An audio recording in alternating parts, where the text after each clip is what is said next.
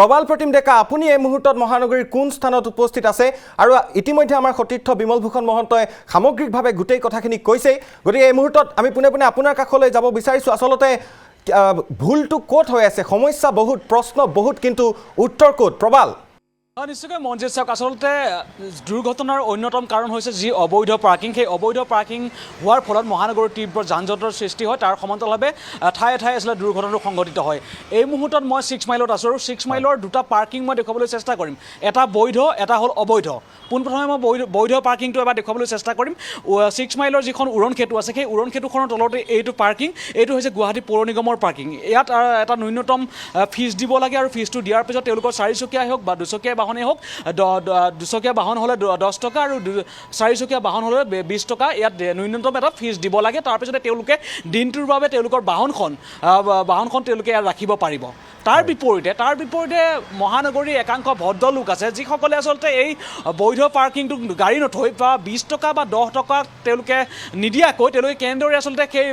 parking য'তে ত'তে গাড়ী ৰাখিব পাৰি সেই কথাটো তেওঁলোকে চিন্তা কৰে আৰু তাৰ ফল এইসমূহ বাহন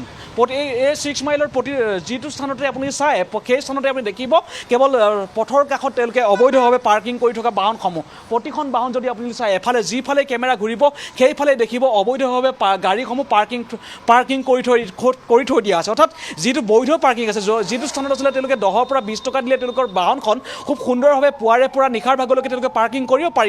কৰিব পাৰে কিন্তু তাকে নকৰি তেওঁলোকে আচলতে পুৱাৰ ভাগতে তেওঁলোকে আহে আৰু পুৱাৰ ভাগত আহি তেওঁলোকে এনেদৰেই তেওঁলোকৰ বাহনখন তেওঁলোকে নিশা পুৱাৰ ভাগতে সেই বাহনখন তেওঁলোকে এনেদৰে ৰাজপথত তেওঁলোকে থৈ যায় আৰু ৰাজপথত থৈ তেওঁলোকে দিনটোৰ বাবে নোহোৱা হয় অৰ্থাৎ 6 মাইলৰ যিসমূহ আচলতে ব্যৱসায়িক প্ৰতিষ্ঠানেই হওক বা যিসমূহ আচলতে ইয়াতে এখন চিকিৎসালয়ো আছে তেওঁলোকে অৰ্থাৎ বিভিন্ন লোকে বিভিন্ন কামৰ বাবে আহে আৰু তেওঁলোকে এনেদৰে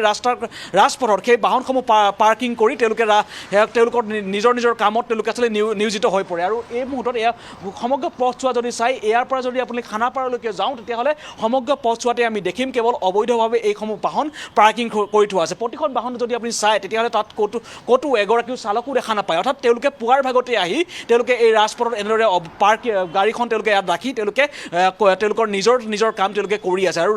ৰাজপথত যদি যান জঁটৰ সৃষ্টি হৈছে ৰাজপথত যদি কোনো দুৰ্ঘটনা সংঘটিত হৈছে তেওঁলোকে সেইসমূহ কথা তেওঁলোকে নাজানে কাৰণ তেওঁলোকে ৰাজপথত তেওঁলোকৰ সেই বাহনখন ৰাখি তেওঁলোকে নিজৰ কামত তেওঁলোকে কাম কৰি আছে কিন্তু ৰাজপথত যে অন্যান্য লোকৰ যে কিছু সমস্যা হৈছে বা তেওঁলোকৰ বাহনখনৰ বাবে যে অন্য কোনো লোক দুৰ্ঘটনাত পতিত হৈছে সেই কথাখিনি তেওঁলোকৰ ভাবিবলৈ আহৰি নাই বা তেওঁলোকে সেই তেওঁলোকৰ মগজু আচলতে সেই কথাখিনি তেওঁলোকে ভাবিও নাপায় ক'ৰবাত পাৰ্কিঙৰ সমস্যা আছে তাৰ ফলত আচলতে ৰাজপথত বাহন থৈ যায় সেই কথাখিনি আচলতে দেখিছোঁ আমি তাৰ সমান্তৰালভাৱে এইটো স্থানত এটা বৈধ পাৰ্কিং আছে বৈধ পাৰ্কিং থকাৰ পিছতো তেওঁলোকে 10 টকা বা 20 টকা তেওঁলোকে নিদিয়াকৈ কেনেদৰে সেই বাহনসমূহ ৰাজপথত ৰাখিব পাৰি তেওঁলোকে তাৰেই চিন্তা কৰি থাকে আৰু তাৰ ফলতেই এইসমূহ বাহন আপুনি ৰাজপথত চাওক ইয়াৰ পৰা 6 মাইলৰ পৰা খানাপাৰালৈকে যদি আমি খোজকাঢ়ি যাওঁ সমগ্ৰ পথছোৱাত আমি দেখিবলৈ পাম যে সমগ্ৰ পথছোৱাতে এনেদৰে 4 চকীয়া বাহনসমূহ আচলতে তেওঁলোকে পাৰ্কিং কৰি থৈ দিয়া দেখিবলৈ পোৱা যাব তাৰ সমান্তৰালভাৱে কমাৰ্চিয়েল যিসমূহ বাহন আছে অ'টোৰ পৰা অৰ্থাৎ 3 চকীয়া যিসমূহ বাহন আছে তেনেধৰণৰ বিভিন্ন যিসমূহ আচলতে ই ৰিক্সা প্ৰতিখন বাহন এনেদৰে তেওঁলোকে এই স্থানত পাৰ্কিং কৰি থৈ দিয়া আছে আৰু এই স্থানেৰে তেওঁলোকে পুৱাৰ ভাগতে আহে আৰু পাৰ্কিং কৰি তেওঁলোকে গুচি যায় আৰু গোটেই দিনটো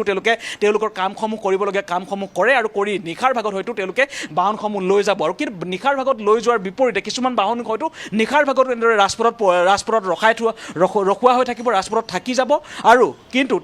তেওঁলোকৰ সেই বাহনখনৰ বাবে যে তেওঁলোকৰ কিছু সমস্যা হ'ব পাৰে সেইখিনি কথা কিন্তু তেওঁলোকে ভাবি নাপায় বা ভাবি নাচায়ো তেওঁলোকৰ হয়তো মগজুৱে সেই কথাখিনিও হয়তো ঢুকি নাপাবও পাৰে মঞ্জিত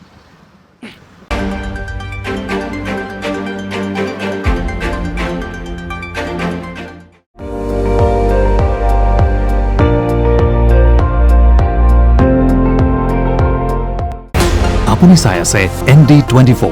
সৰ্বশ্ৰেষ্ঠ নহয় সৰ্বোত্তমৰ দৌৰত